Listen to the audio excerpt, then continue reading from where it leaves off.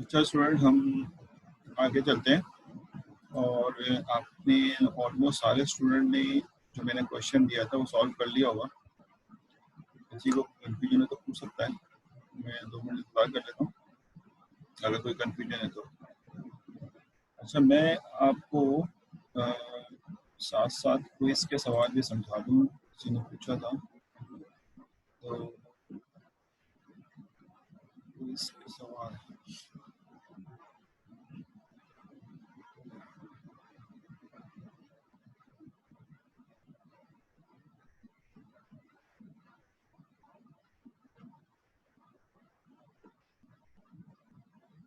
देखो, क्विज 1 का सवाल ये कहता है, आपको स्क्रीन शेयर तो भी नहीं होगी,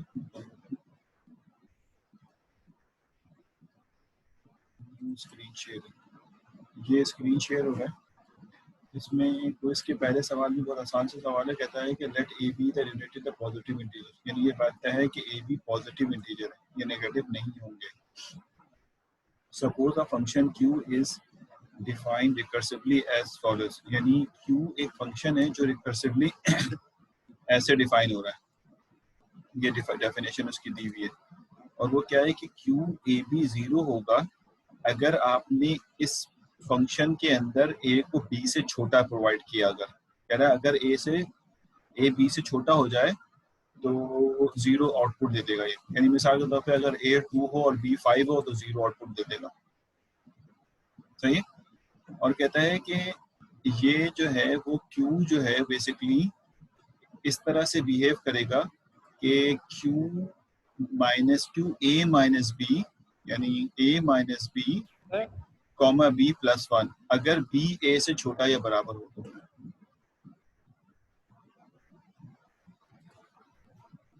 सर स्क्रीन शेयर नहीं हो रही। स्क्रीन शेयर नहीं हो रही, अब हो रही है, अब आ रही होगी।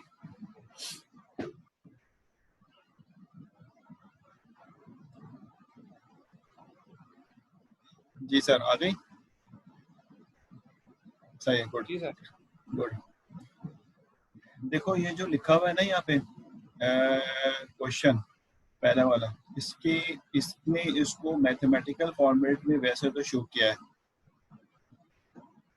आप इसको एल्गोरिथमिक फॉर्मेट में आसानी लिख सकते हैं। इसने यहाँ पे लिखा है कि इसकी दो ऑप्शंस हैं, यानी ये एक रिकर्सिव एल्गोरिथम, इसके दो ऑप्शंस हैं।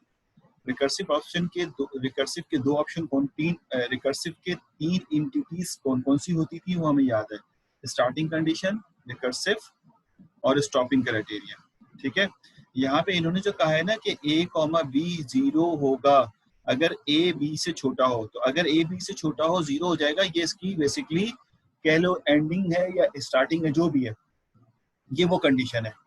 दोनों में से हम वाइस वर्सा एक दूसरे को इंटरचेंज कर सकते हैं। अगर ये स्टार्टिंग कंडीशन है कि अगर a b से छोटा प्रोवाइड किया गया तो 0 हो जाएगा, ये एक हो गया। रिकर्सिव रिलेशनशिप ये दिया हुआ है कि अगर आपने जो भी क्यू ए बी को प्रोवाइड किया और उसमें बी छोटा है ए से, तो दोबारा रिकर्सिव कॉल होगा। और इस तरह, यानी मिसाल के तौर पे मैं तुम्हें मिसाल देता हूँ, कुछ इस तरह की मिसाल है कि अगर लेट सपोज क्यू के अंदर से मैं पास करता हूँ 10,3 ये पास करता हूँ और कहता हूँ रिकर्जन चलाओ, तो यहाँ चेक होगा अगर मैं अब एल्गो की बात कर रहा हूँ, अगर ए बी से छोटा हो देन हमें क्या लिखना चाहिए, यहाँ पे लिखना चाहिए रिटर्न 0। अगर ए बी से छोटा होगा तो 0 रिटर्न जाएगा। और एल्स में क्या होना चाहिए, एल्स में ये होना चाहिए कि रिकर्जन दोबारा कॉल हो जाए। रिकर्जन कौन सा, कि q a minus B comma b n plus 1 करके कॉल हो जाए। समझ में आई बात है, ये रिकर्जन दोबारा कॉल हो जाएगा।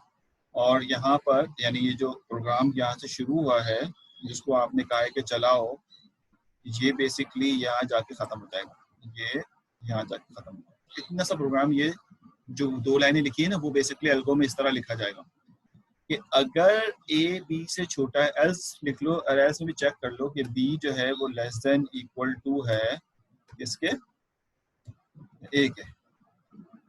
तो अब अगर मैंने पास किया 10,3, तो कौन सी कंडीशन ट्रू हो रही है? अगर मैंने ये पास किया है 10,3, तो कौन सी कंडीशन ट्रू हो रही है? यकीनन दूसरी वाली कंडीशन ट्रू हो रही है कि बी छोटा है ए से, बी जो है वो छोटा है किससे, तो ये रिकर्जन दोबारा कॉल हो जाएगा। ये रिकर्जन जो दोबारा कॉल होगा, ठीक है, ये किस तरह कॉल होगा ये हमें सोचना है। दोबारा रिकर्जन जो कॉल होगा, ए में से बी को माइनस करेंगे, 10 में से 3 को माइनस कर 7 और कॉमा बी 3 रहेगा और प्लस 1 करके उसको दोबारा कॉल कर लेंगे।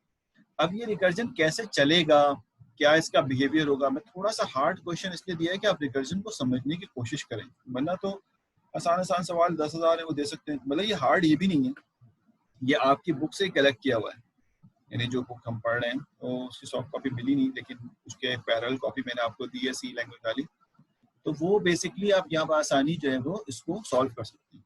इसने कहा है what does this function do, यानी इस फंक्शन का काम क्या है। पहले तो आप इसका पैटर्न ढूंढेंगे, तो आप पहले सवाल का जवाब पहले ना दें, आप पहले दूसरे सवाल को सॉल्व करें।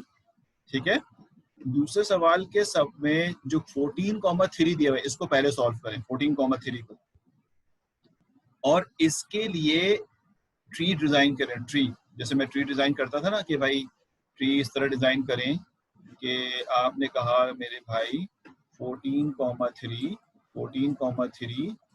क्यू के लिए पास किया हमने, और यहाँ से इसकी एक जॉब है। इसकी कितनी जॉब है? एक, हम कह देंगे 2 जॉब है। एक जॉब तो ये है कि रिकर्जन को खुद कॉल करो और फिर 1 में ऐड करो। 1 में ऐड उस वक्त तक नहीं कर सकते जब तक कि रिकर्जन अपना कॉल ना हो जाए।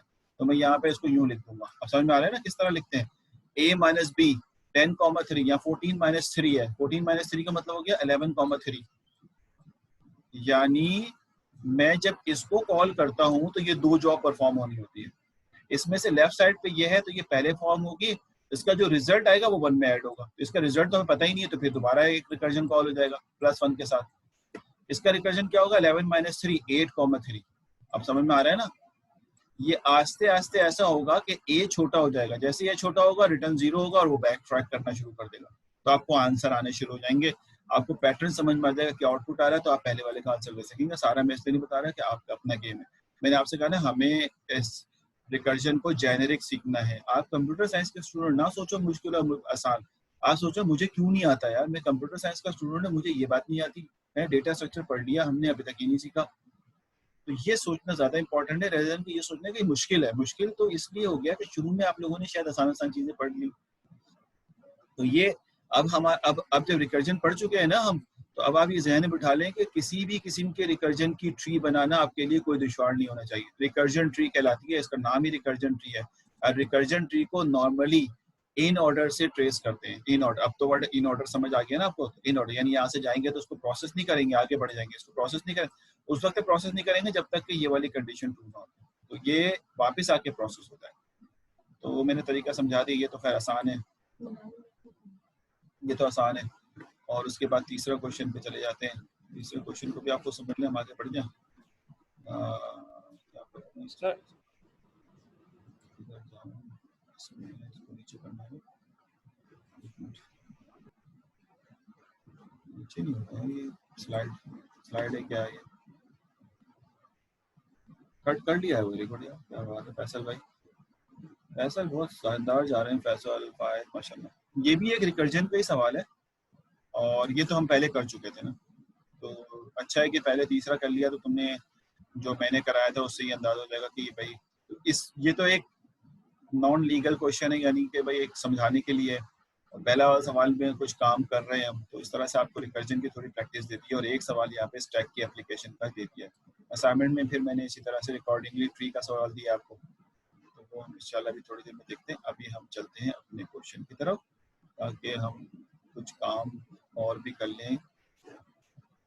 परेशानी सिर्फ टाइम की है, मुझे टाइम बहुत ज़्यादा शॉर्ट लगता है, क्योंकि थोड़ा डिटेल में पढ़ाने की वजह से टाइम कम हो जाता है। आइए आगे बढ़ते हैं, शेयरिंग करते हैं अब स्लाइड। ठीक है, न्यू शेयर, स्लाइड शेयर कर दिया मैंने। ठीक, नज़र आ रही होगी स्लाइड आपको। क्विज तो बहुत आसान है, अगर आप थोड़ा सा तवज्जो से करें तो मेरे ख्याल 1 घंटे में सारा सवाल हो जाएगा। अच्छा जी, देखो मैं अभी pre order, post order, in order का एल्गोरिथम छोड़ता हूँ और आपको देता हूँ कि आप इसका नेट से, क्योंकि मेरे पास जो लिखा हुआ है ना काफ़ी कॉम्प्लेक्स नॉन इटरेटिव एल्गोरिथम लिखे हुए हैं, मैं इसको पढ़ाना नहीं चाह रहा अभी। आप उलझ जाएंगे, बहुत ज़्यादा कंफ्यूज हो जाएंगे, जो कि हम कर सकते हैं बासानी। लेकिन तो ये एल्गोरिथम प्री ऑर्डर का यहाँ से चलना शुरू हुआ, ये चल रहा है, ये चल रहा है, सारा प्री ऑर्डर का एल्गोरिथम है, फिर यहाँ से इन ऑर्डर शुरू हुआ। तो मैं चाहता ये हूँ कि हम बजाय इटरेटिव बेस एल्गोरिथम डिस्कस करें, इसका हम रिकर्सिव बेस एल्गोरिथम डिस्कस करें। तो मेरे पास इत्तेफाक ये है कि रिकर्सिव बेस एल्गोरिथम लिखा हुआ नहीं है, तो मैं इसलिए इसको पढ़ा नहीं सकता अभी, याद भी नहीं है अभी कि मैं फौरन लिख दूँ। हाथ क्या, आप नेट से ढूंढिएगा। रिकर्सिव पढ़ा दें मतलब, रिकर्सिव तो मैं पढ़ा चुका हूँ, रिकर्सिव बेस एल्गोरिथम ना, वो तो मैं पढ़ाऊंगा ना, आप ढूंढ तो ले करें।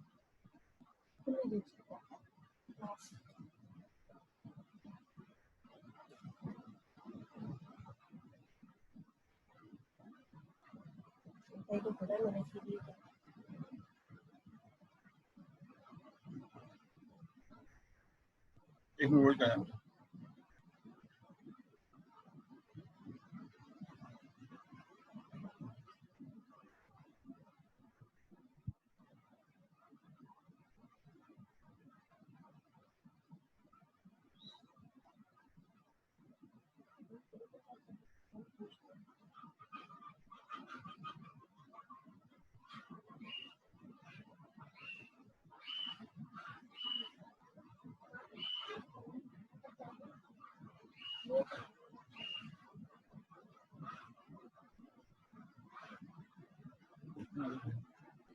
एक मिनट होल्ड करना।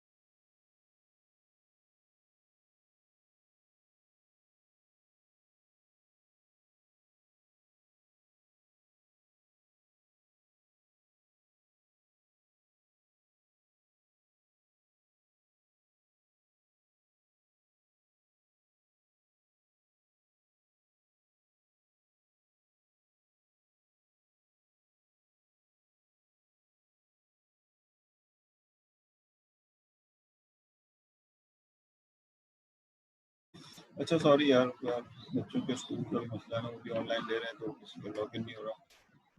अच्छा देखो, हम ये समझेंगे, फैसल थोड़ा सा टाइम दे दो मुझे नहीं पता कि आज हम कर सकेंगे नहीं कर सकेंगे।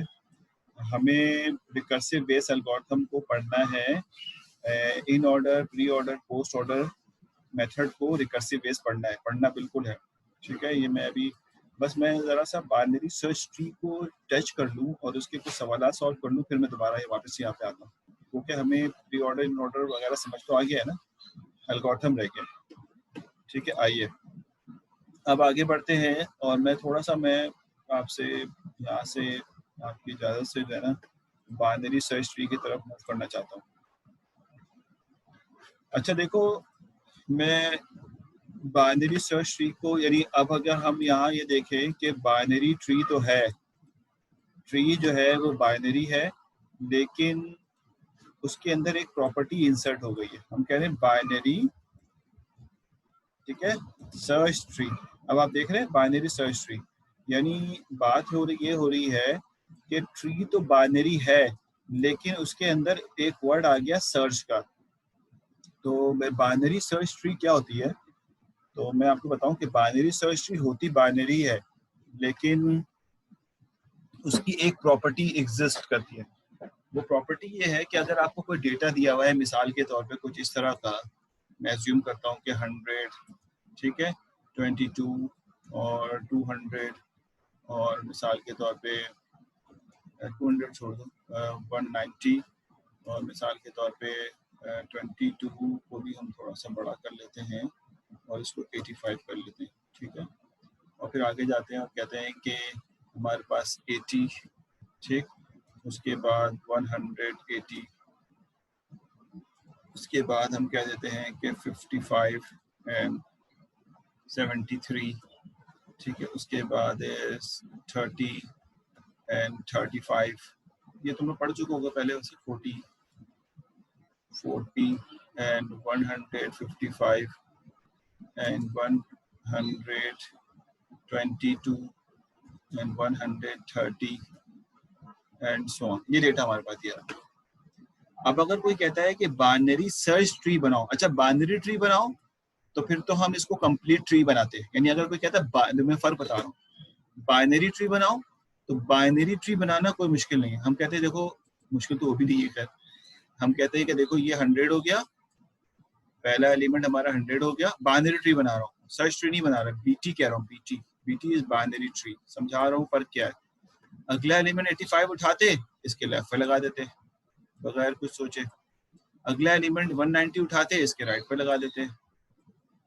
अब क्योंकि बाइनरी ट्री को हम हमेशा कंप्लीट ट्री के तहत हम फिल करते हैं, अगला एलिमेंट उठाते 980, इसके लेफ्ट पे लगा देते, उसका अगला एलिमेंट उठाते 180, इसके राइट पे लगा देते, उसका अगला एलिमेंट 55, इसके लेफ्ट पे लगा देते।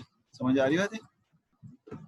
73 इसके राइट पे लगा देते, और इस तरह से ये एलिमेंट आगे बढ़ने शुरू हो जाते हैं कि 30 यहाँ पे आ जाता, उसके बाद 40 जो है वो यहाँ पे आ जाता, फिर 155 जो है वो यहाँ पे आ जाता। बगैर किसी कंडीशन के हम सारे डेटा को कंप्लीट बाइनरी ट्री के तहत, जो मैंने आपको बताया था, वो बनाए। लेकिन इसने कहा आप बीएसटी बनाएं, बाइनरी ट्री ना बनाएं, बीएसटी जनरेट करें। अब बीएसटी में कंडीशन है, अच्छा ये जो मैंने बीटी बनाया ये तो 100% श्योर है कि ये बैलेंस होगा, लेकिन जो बीएसटी बनती है वो बैलेंस नहीं होती। तो बीएसटी बनाते वक्त हम एवीएल अप्लाई करते हैं, जो अभी नहीं करेंगे, ठीक है। अच्छा जी, सबसे पहले पहला नोड लेते हैं और उस नोड को हम पेरेंट नोड बना देते हैं, तो ये आ गया 100। उसके बाद नेक्स्ट नोड जो पिक किया जाता है वो पहले नोड से कंपेयर होता है। यहाँ पे कोई कंपैरिजन नहीं थी, बीटी में, बीएसटी में कंपेयर होता है। अगर पेरेंट नोड से छोटा है तो उसका लेफ्ट चला जाएगा, तो ये छोटा है इसलिए लेफ्ट पे ले गए। फिर 190 आया, पेरेंट नोड से छोटा है, इसका राइट चला जाएगा। फिर 80 आया, इससे छोटा है, इसका लेफ्ट आ जाएगा। लेफ्ट में जो नोड है उससे भी कंपेयर होगा, इससे भी छोटा है तो इसका भी लेफ्ट आ जाएगा, ठीक हो गया। उसके बाद 180 है, इससे बड़ा है, इसका राइट आ जाएगा, और इससे छोटा है तो उसका लेफ्ट आ जाएगा, तो 180 यहाँ चला जाएगा। और उसके बाद 55 इससे छोटा यहाँ आ जाएगा, और इससे भी छोटा है तो इसके यहाँ आ जाएगा, और इससे भी छोटा है तो इसके जो है वो और मजीद कीप लेफ्ट चला जाएगा। उसके बाद 73 भी इससे छोटा है, यहाँ आ जाएगा, इससे भी छोटा है फिर ये लेफ्ट मजीद लेफ्ट चला जाएगा, इससे बड़ा है तो इसके राइट पे चला जाएगा। यानी जब किसी नोड से बड़ा होता है तो राइट पे, छोटा होता है तो लेफ्ट पे। 30 इससे छोटा, इससे छोटा, इससे छोटा, 30 डेफिनेटली इसके लेफ्ट पे जाके लग जाएगा। 40 यहाँ से आएगा, इससे छोटा, इससे छोटा, इससे बड़ा है तो इसके राइट पे जाके लग जाएगा, ठीक है। 155 इससे छोटा है, इससे बड़ा है, इससे छोटा है लेफ्ट, इससे भी छोटा है लेफ्ट, 155 यहाँ आ जाएगा, ठीक हो गया मेरे भाई। और इसी तरह 122 भी इसी तरह से, इससे भी छोटा, इससे भी छोटा, इससे भी छोटा और इससे भी छोटा, तो 122 यहाँ लग जाएगा। 130 के बारे में ख्याल है कि वो यहाँ आके लग जाएगा। इन दोनों में वाज़े फर्क है। वाज़े फर्क ये है कि ये एक बैलेंस है, ये अनबैलेंस टाइप की ट्री है, इसकी बहुत सारी राइट ब्रांचेस एग्जिस्ट नहीं करती हैं। तो अगर हम इसके बीच में AVL अप्लाई कर देते ना, इसके इंसर्शन से पहले AVL अप्लाई कर देते तो ये भी बैलेंस हो जाता, लेकिन क्योंकि हमने AVL नहीं अप्लाई किया तो इसलिए ये बैलेंस नहीं। जब हम इसको रखते हैं बाइनरी या BST, कोई भी, इसको रखें या इसको रखें, दोनों में से किसी को भी रखें, दोनों के लिए हम अगर सीक्वेंशियल एरे प्रेफर करें, मतलब अगर सीक्वेंशियल एरे में रखना चाहते हैं, if you are going to insert the sequential array, तो सीक्वेंशियल एरे में रखने के लिए तरीकेकार में कोई चेंजेस नहीं आएगी, इसलिए मैं समझा चुका हूँ। ये 1 2 3 4, ठीक है, 5 6 7 8 9 10 और 11, तो पहला डेटा तो यही आ जाएगा 100, ठीक हो गया, ये 100 है बेटा। अच्छा जी, 100 है वो क्या गया, पहला डेटा आ गया 100, ठीक है। उसके बाद अब 100 का लेफ्ट अगर कोई एग्जिस्ट करता है जो कि 85 है, वो कहाँ जाएगा, 100 की लोकेशन को 2 से मल्टीप्लाई कर देंगे, यानी 100 1 पे है तो उसको 2 से मल्टीप्लाई कर देंगे, तो 2 into 1 2, यानी 85 आ जाएगा यहाँ पे। ये आपको मालूम है, मैं सिर्फ रिवीजन करवा रहा हूँ, ऐसा ना हो कि आप समझोगे आप बोर हो रहे हो। नीचे एक ऑप्शन भी आता है गो फास्ट का, तो अगर आपको आता है तो आप गो फास्ट पे मैसेज कर दें मुझे 85। फिर राइट साइड पे 190, तो इसका मतलब है 2 into k + 1 3, यानी 190 इधर आ जाएगा। और सिमिलरली ये डेटा इसमें स्टोर हो जाएगा। बहुत सारी जगह खाली भी रहेंगी, 85 का राइट नहीं है, 85 का राइट यानी 5, ये जगह खाली रहेगी, तो बहुत सारी जगह खाली भी रहेंगी जहाँ पे आप डेटा को फिल नहीं कर सकोगे। तो this is called basically binary search tree. अगर ये बाइनरी सर्च ट्री किसी वजह से कंप्लीट होती, यानी ये वाली जो BT है, ये बाइनरी सर्च ट्री के तहत, बाइनरी सर्च ट्री वो होती है जिसके हर नोड के लेफ्ट पे छोटा और हर नोड के राइट पे उससे बड़ा एलिमेंट हो। और मजे की बात कि अगर ये साथ साथ बैलेंस भी हो, अनबैलेंस होगा तो कोई फायदा नहीं। यानी मिसाल के तौर पे मैं मिसाल देता हूँ, मिसाल के तौर पे 100 होना जरूरी नहीं है, सनो तुम समझो कि 100 ही पहला एलिमेंट होता है। मिसाल के तौर पे 150, फिर उसके बाद 160, उसके बाद 170, उसके बाद 180, उसके बाद 190, ऐसी मिसाल के तौर पे ये दिया मैंने। बताओ ये बाइनरी ट्री तो है क्योंकि हर नोड के मैक्सिमम 2 नोड है, लेकिन क्या ये बाइनरी सर्च है या नहीं है, ये बाइनरी सर्च ट्री है या नहीं है? जी आपसे पूछ रहा हूँ मैं, हाँ या ना, मैं आंसर जल्दी।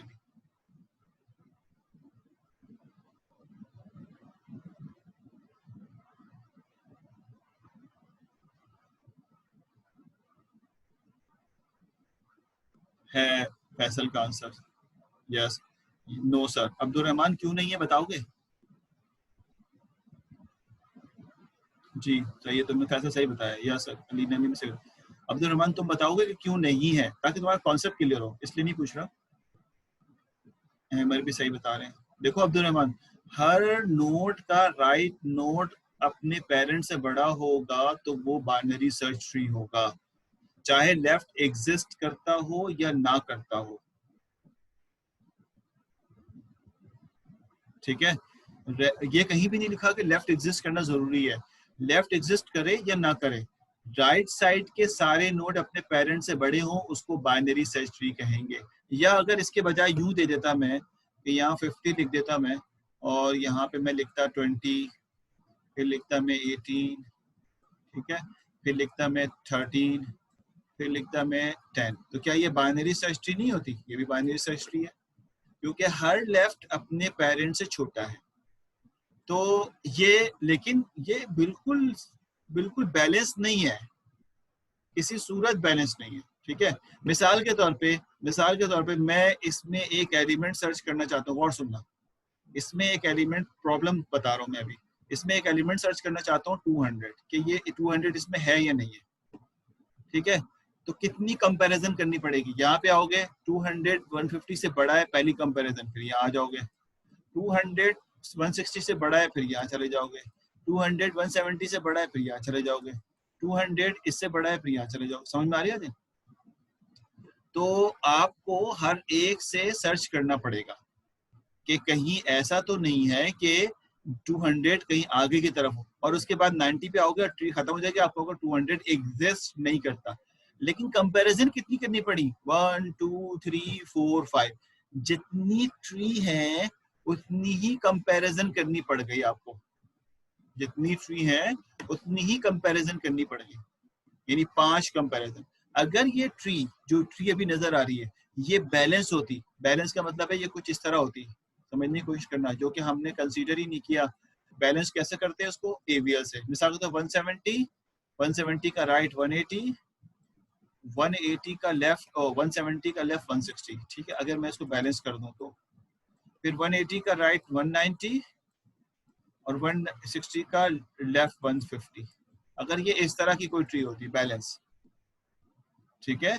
अब यहाँ से अगर कंपैरिजन के लिए आता 200, तो 170 एक कंपैरिजन, 180 दो कंपैरिजन, 190 तीन कंपैरिजन। तो सिर्फ 3 कंपैरिजन पे पता चल जाता है कि 200 इसमें एग्जिस्ट नहीं करता। यहाँ पर आपको कितनी कंपैरिजन करनी पड़ी? 5। तकरीबन 40% कंपैरिजन आपने सेव कर ली बैलेंस करने से, 40% या 45% कंपैरिजन सेव कर ली। 5 में से 2 नहीं कर रहे, तो 5 में से 2 नहीं कर रहे का मतलब क्या हुआ कि तकरीबन 45% सेव हो गई आपकी कंपैरिजन। समझ आई?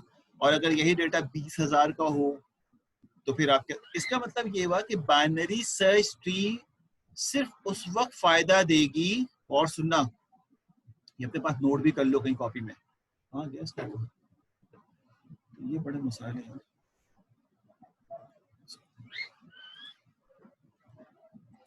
पेन ही नहीं आ रहा, इसका क्या करूं? आता यार,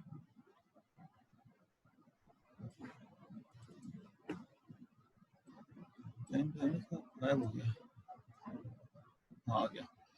अच्छा, मैं क्या बताना चाह रहा था, लिखना क्या चाह रहा था कि binary search tree is useful when, ठीक है, binary search tree is useful when tree BT is balanced.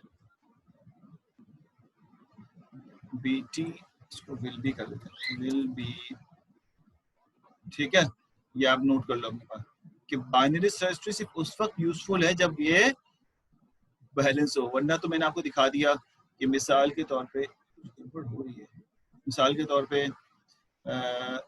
इसका ना टूल बॉक्स बार बार गायब हो जा रहा है, लिखने के लिए टूल बॉक्स चाहिए, टूल बॉक्स से गायब हो जा रहा है।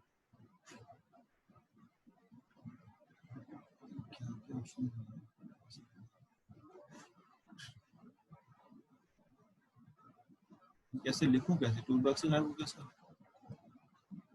हैंग हो गया?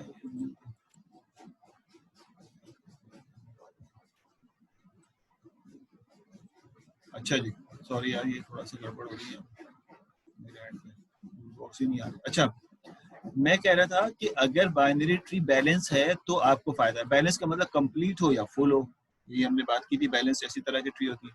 अगर इस तरह की कोई ट्री है बैलेंस, अनबैलेंस, और है बाइनरी ट्री, यानी सारे एलिमेंट अपने पेरेंट से छोटे हैं, और इस तरह से 1000 डेटा हो, 1000 डेटा हो, तो आपको कितनी कंपैरिजन करनी पड़ेगी? 1000। अगर 10,000 डेटा हो तो 10,000 कंपैरिजन। लेकिन अगर यही बैलेंस हो जाए तो आपकी कंपैरिजन आधे से भी कम रह जाएगी। समझ आई बात है? तो इसलिए कहा जाता है कि बाइनरी ट्री को बैलेंस रखा जाए। जब ट्री बैलेंस नहीं हो रही होती है तो एवीएल लगाते हैं। तो अब हम ये सोचेंगे कि हम ऐसी ट्री पे काम कर रहे हैं जो ऑलरेडी बैलेंस है, क्योंकि एवीएल पढ़ने का टाइम नहीं, क्योंकि कितनी सारी चीजें पढ़ने का टाइम नहीं जो आपसे मिस हो रही है।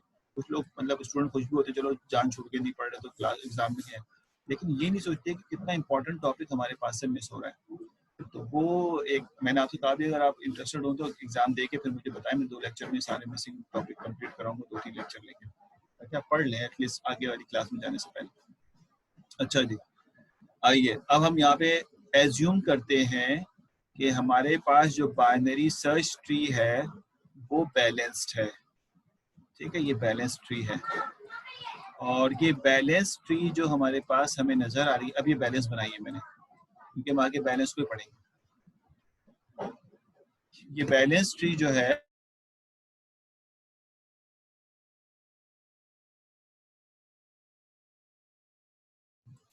ये जो बैलेंस ट्री मैंने बनाई है, इसमें अगर कोई सर्चिंग करने के लिए आता है, मिसाल के तौर पे यहाँ पे 100 है, मिसाल के तौर पे यहाँ पे 100 है, ठीक है, और कोई सर्चिंग करने के लिए आता है मिसाल के तौर पे 105 को,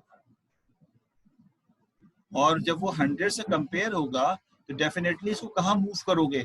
बड़ा होने की वजह से कहोगे कि लेफ्ट पे तो हो नहीं सकता, राइट पे होगा, तो ये सारा आधा डेटा जो है ये कंपैरिजन से बच जाएगा। तो वो सेविंग कंपैरिजन की आप करते हैं बाइनरी सर्च ट्री में। ठीक है, बाइनरी सर्च ट्री में क्या सेविंग करते हैं कि आप जो है वो आधा डेटा जो है वो सेव कर लेते हैं कंपैरिजन से, और फिर यहाँ पे जाते हैं कंपेयर करने। तो हम अपने ट्री में ये एज्यूम करते हैं कि ये बेसिकली बैलेंस्ड होगी, वरना कोई फायदा नहीं है। ये मेरे बात समझ में आ गई होगी तुम्हें कि बैलेंस्ड होगी, वरना हमारे ट्री का कोई एडवांटेज नहीं मिलेगा सर्चिंग में। ये ऐसे हो जाएगा जैसे लीनियर ट्री कि अगर इस तरह से बना हुआ है और अगर 50 डेटा है तो 50 कंपैरिजन, लीनियर भी यही कहता है। तो हम फायदा क्या उठाएंगे? फायदा जब उठाएंगे जब ये बाइनरी की तरह से प्रॉपर्ली बैलेंस तरीके से मेंटेन होगी। तो इस तरह से हम इसको जो है सॉल्व करेंगे। ठीक है, अब आइए सर्चिंग करेंगे कैसे, ये सबसे इंपॉर्टेंट है। तो आप कहेंगे सबसे पहले हम जाएंगे मेन पे, अगर इससे बड़ा है तो राइट, इससे छोटा है तो लेफ्ट। फिर जिस नोड पे आएंगे फिर कंपेयर करेंगे, इससे बड़ा है तो राइट, इससे छोटा है तो लेफ्ट। और अगर खुद मिल गया है तो आगे बढ़ने की जरूरत नहीं, हम कह देंगे फाउंड हो गया। और इस तरह करते करते अगर एंड में मिल गया तो फाउंड हो गया, और नहीं मिला तो कह देंगे एग्जिस्ट नहीं करता।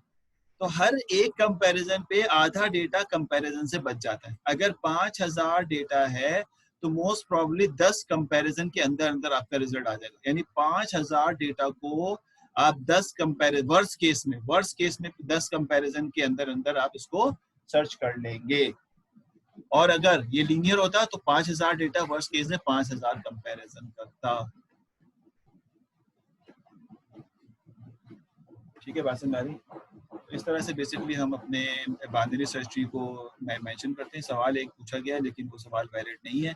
सर रूट के लेफ्ट के राइट चाइल्ड पर कैसे वैल्यू आएगी अगर वो अपने पेरेंट से बड़ी हो? तो रूट के लेफ्ट के राइट, रूट के लेफ्ट पे रूट से बड़ी वैल्यू आ ही नहीं सकती। अब ये सोचो ही नहीं कि 100 के बाद जो बड़ी वैल्यू होगी वो यहाँ पे आएगी। अपने सब पेरेंट के बड़ा होने आ सकता है। जैसे मिसाल ये 90 है ना, या 90 है ना, तो राइट सिर्फ उस सूरत में आएगा कि 95 हो। ठीक है, 105 नहीं आ सकता। 105 तो यहीं से ब्लॉक हो जाएगा ना मेरे भाई, तो 105 आ ही नहीं सकता। अगर 105 होता तो वो यहाँ पे जाता। अब आई समझ में आती है? तो राइट पे सिर्फ वो होगा जो अपने सब पेरेंट से बड़ा होगा। यानी अगर मिसाल के तौर पे 98 है तो वो यहाँ चला जाएगा। 98 है तो इससे भी बड़ा है, इससे भी बड़ा है, इससे भी बड़ा है, तो इसलिए। लेकिन अगर 110 है तो ये ना सोचो 110 इसके लेफ्ट पे आ जाएगा। 110 इसके लेफ्ट पे आ ही नहीं सकता क्योंकि यहाँ से ब्लॉक होकर राइट पे चला जाएगा। मेरी बात समझ में आ गई? ये तुम्हारे फैसल, तुम्हारे सवाल का जवाब है। मैं अभी एक ट्री देता हूँ, आप इसको डिजाइन करें, उसके बाद फिर हम आगे बढ़ते हैं। बाइनरी सर्च ट्री में किस तरह से हम सर्चिंग करते हैं मैंने आपको बता दिया कि अगर कोई बड़ा एलिमेंट है तो उसके राइट पे चले जाते हैं, इससे छोटा यानी ग्रेटर, और लेस एलिमेंट और लेफ्ट पे। जिस नोड पे आते हैं उससे भी अगर बड़ा है तो फिर मजीद राइट पे, अगर छोटा है तो लेफ्ट पे। और जिस नोड पे आए उससे बड़ा है तो राइट पे और उससे छोटा है तो लेफ्ट पे। और इस तरह करते करते अगर एलिमेंट मिल गया है तो आप फाउंड कह देते, नहीं मिला तो आप कहते हैं एलिमेंट डजंट एग्जिस्ट, वो एलिमेंट एग्जिस्ट नहीं करता है। ये तरीकेकार इख्तियार किया जाता है, इसके बेसिस पे एक एल्गोरिथम लिखा जाता है। इसके अंदर इंसर्शन कैसे होती है, डिलीशन कैसे होती है, अगला कैसा है, यानी 3 चीजें पढ़ रहे हैं हम। अच्छा, इसके अंदर ट्रैवर्सिंग कैसे होती है, ट्रैवर्सिंग बाइनरी सर्च ट्री में ट्रैवर्सिंग वैसे ही होती है जैसे भी हमने कहा pre order, in order, post order, लेकिन इसके अंदर सर्चिंग कैसे होती है, तो सर्चिंग के लिए हम यहाँ पे जाना। इसका मतलब ये हुआ मेरे भाई, सुनना, सब कुछ मिक्स नहीं करना। इसका मतलब ये हुआ कि बाइनरी ट्री में कभी आपसे कोई कहे कि सर्च करना है मुझे, बाइनरी ट्री में सर्च करना है, तो आप कहोगे बाइनरी ट्री में सर्च करना है तो हम इसको पहले बीएसटी बनाएंगे, उस बाइनरी ट्री को बीएसटी में कन्वर्ट करेंगे, फिर सर्चिंग करेंगे। डायरेक्ट बाइनरी ट्री में सर्चिंग का कोई फायदा नहीं।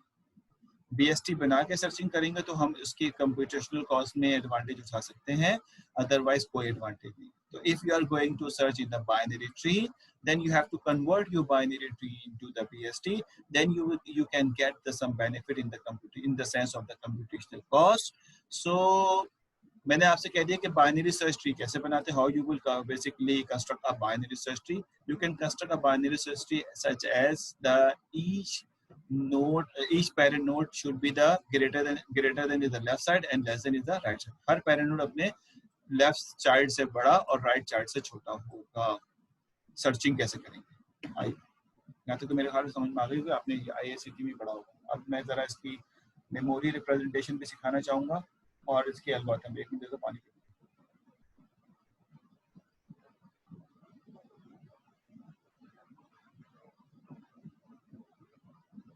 अच्छा जी, सॉरी। अब हम बात करते हैं सर्चिंग पे। सर्चिंग का मतलब यह है कि मैं यहाँ पर एक बाइनरी सर्च ट्री लिए बैठा हूँ, ऑलमोस्ट ये कंप्लीट है। यहाँ पे 111 इसका रूट है, दूसरा नोड, तीसरा नोड, चौथा नोड, पांचवा नोड। अब हमें पता है कि दूसरा नोड इसका लेफ्ट चाइल्ड होगा, तीसरा नोड इसका राइट चाइल्ड होगा।